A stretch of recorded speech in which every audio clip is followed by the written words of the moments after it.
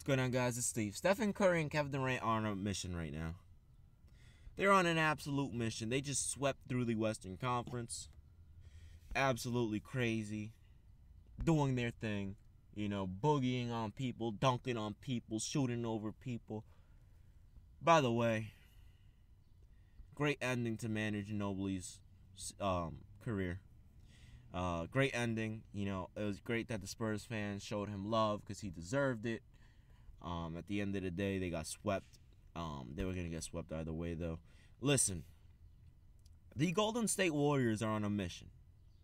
They're on a mission to win another NBA championship. Because Kevin Durant still wants that first championship. Now, I'm not going to sit here and say, oh, Kevin Durant's not going to get it, because he probably will get at least one. So I'm not going to sit here and say he's not going to get it. But what I will do is I'll sit here and I'll say this. Kevin Durant and Stephen Curry are absolutely just tearing everyone up, right? We get that. But none of that is going to matter when they get to the NBA Finals. Not one part of them sweeping the Western Conference is going to matter when they get to the NBA Finals.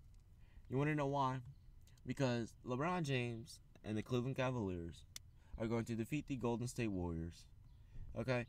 Now, LeBron's going to win, what number is that going to be? Number 4, his 4th ring. LeBron's going to get his 4th ring. Number 4. That's great, But it's going to be probably one of his hardest rings he's going to get. But the thing that I have to ask is, if LeBron James wins this season, will people still say the Eastern Conference is weak? Because if the Warriors swept through the West, and the West is supposedly so hard, right? But the Warriors swept through them, and then the Cavaliers beat the Warriors, doesn't that mean that the Cavs would have walked through the Western Conference as well? You get my point? The Cavaliers would have walked right through the Western Conference, just like the Golden State Warriors did. But that's not the point of this video.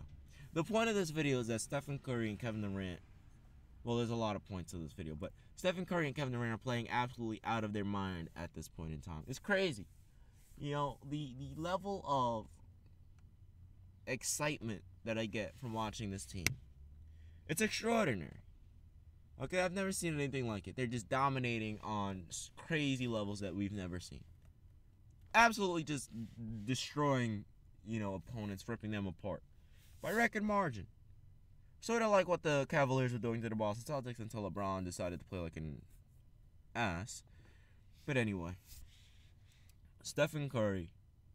People really think Stephen Curry sucks now. Okay, I'll give you his efficiency went down, which is kind of, it's suspect because his efficiency should have skyrocketed like Kevin Durant's did. But you also have to understand the level of difficulty Stephen Curry's shots are. The level of difficulty his shots are that he takes. Stephen Curry takes ridiculous shots. Terrible shots for anyone else, but for him, they're not terrible shots, but he makes 49% of them, 47% from 3, and 90% from the free throw line. He's a walking 50-40-90, taking only 3-pointers. It's crazy.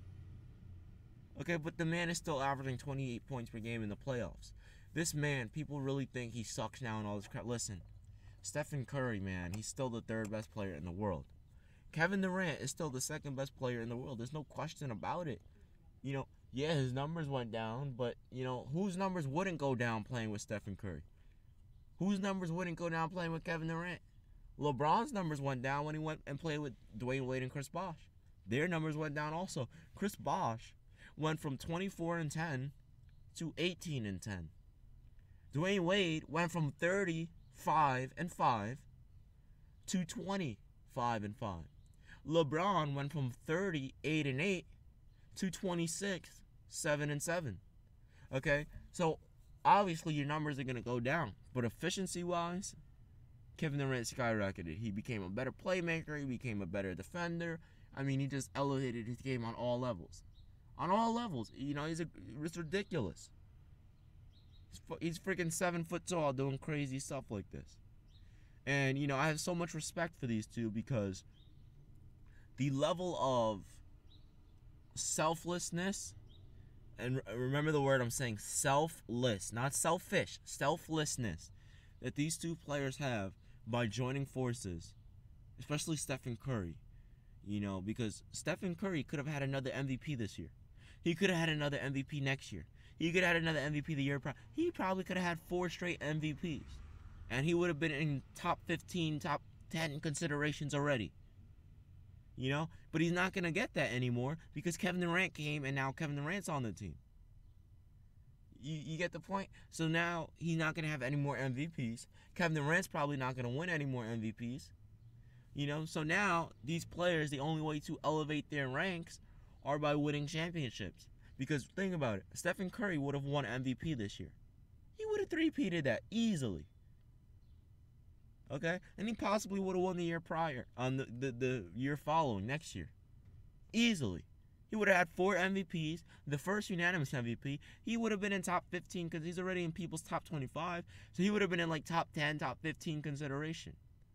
Okay? And, well, probably not top 10, but like top 15 because he doesn't have a finals MVP. But once he gets that finals MVP, you know what I mean? Because think about it. If the Warriors do win the championship this year, hypothetically, and Kevin Durant gets the finals MVP, now Stephen Curry still doesn't have one, even though he deserved it in 2015. People say, oh no, Andre Iguodala deserved it for his job on LeBron James. Bullshit. Bull crap. That's like when they said Kawhi played a great defense on LeBron. Look. LeBron still led the team in every statistical category. He averaged like 35 points per game, 9 rebounds, and 9 assists. Come on. Stephen Curry deserved that finals MVP. Okay? So, Stephen Curry really hindered himself by allowing Kevin Durant to come in the respects of trying to get an NBA championship. Now, if they do win the championship this year, let's say they do win the finals, guess what? Curry most likely won't be finals MVP. It'll be Kevin Durant. Or maybe Curry will play better. Who knows? From what I've been seeing so far, it's actually been Kevin Durant playing the number 2 and Curry playing the number 1 in the playoffs. But in the finals, it's a difference because Kevin Durant's going to be guarding LeBron a lot of the time. So he'll probably win finals MVP that way. But, it's a whole bunch of selflessness by these two players. And people don't realize how unselfish these two players are. I mean, if you were in that position, let's say you were Stephen Curry. You just won the league's first unanimous MVP in NBA history. Okay, it's your second MVP.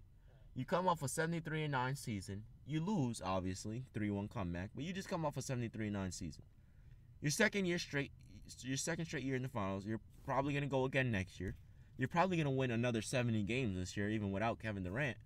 Okay, let's say Kevin Durant, he's out of the picture. He's not even in the NBA. You're probably going to win another 70 games, right? You probably win MVP again, so that would be 3 MVPs. Okay? You'll probably maybe play in the 3-point shootout contest again, win again. Okay? Now, you could either have another MVP, another 70-win season under your belt, or you can get Kevin Durant, not win any more MVPs anytime soon, and, be, a solid player to most people. And in hopes of winning multiple championships. Which would you choose if you were in that position? You know what I mean? Because it takes the right person to say, you know what? I'll take that step back. Okay? It's a huge step back, too. I'll take that step back. I'll allow KD to be the man, and I'll be the co-host. It takes a big person to do that. You have to be selfless to do that. So I salute Stephen Curry for that, man. A lot of people don't appreciate Stephen Curry for that, and you really need to. Because Stephen Curry, he took a huge hit in his legacy for Kevin Durant to come for championships. I mean, could you imagine? He could have 3 MVPs right now, and he could be going to the finals again without KD. Think about that. So you really have to appreciate Stephen Curry and stop hating on him because he's actually a really good guy. He's a good guy, man. He's still the 3rd best player in the world. It's LeBron, KD, and Curry, which is crazy because now LeBron's going to have to go up against 2 of the top 3 players in the world, obviously 2nd and 3rd best after him. It's going to be crazy. So the finals are going to be amazing, but, I was thinking about that last night, man. I couldn't fall asleep, and I was just thinking about basketball after watching the game. And I was like, wow. People don't realize how much Stephen Curry really took a hit on just to get Kevin Durant on the team and, you know, win championships. Because even if he does win championships and he doesn't get any final MVPs, let's say he wins 3 more championships and he finishes his career with 4 championships and Kevin Durant gets all 3 finals MVPs. So he has 0 final MVPs, but he has 4 championships. People are going to take a hit like, oh, he was never the best player on his team, because people aren't going to remember the bullshit that Andre Iguodala won Finals MVP. He didn't deserve Finals MVP. I mean, Andre Iguodala won it because of the defense he played on LeBron James. LeBron still averaged 35, 9, and 9. But yeah, oh, he deserves it. No, Stephen Curry deserved Finals MVP that year. That was bullshit. Anyways, been your man Steve. I'm out. Peace. Hope you guys enjoyed this video. I'm out of here. Peace.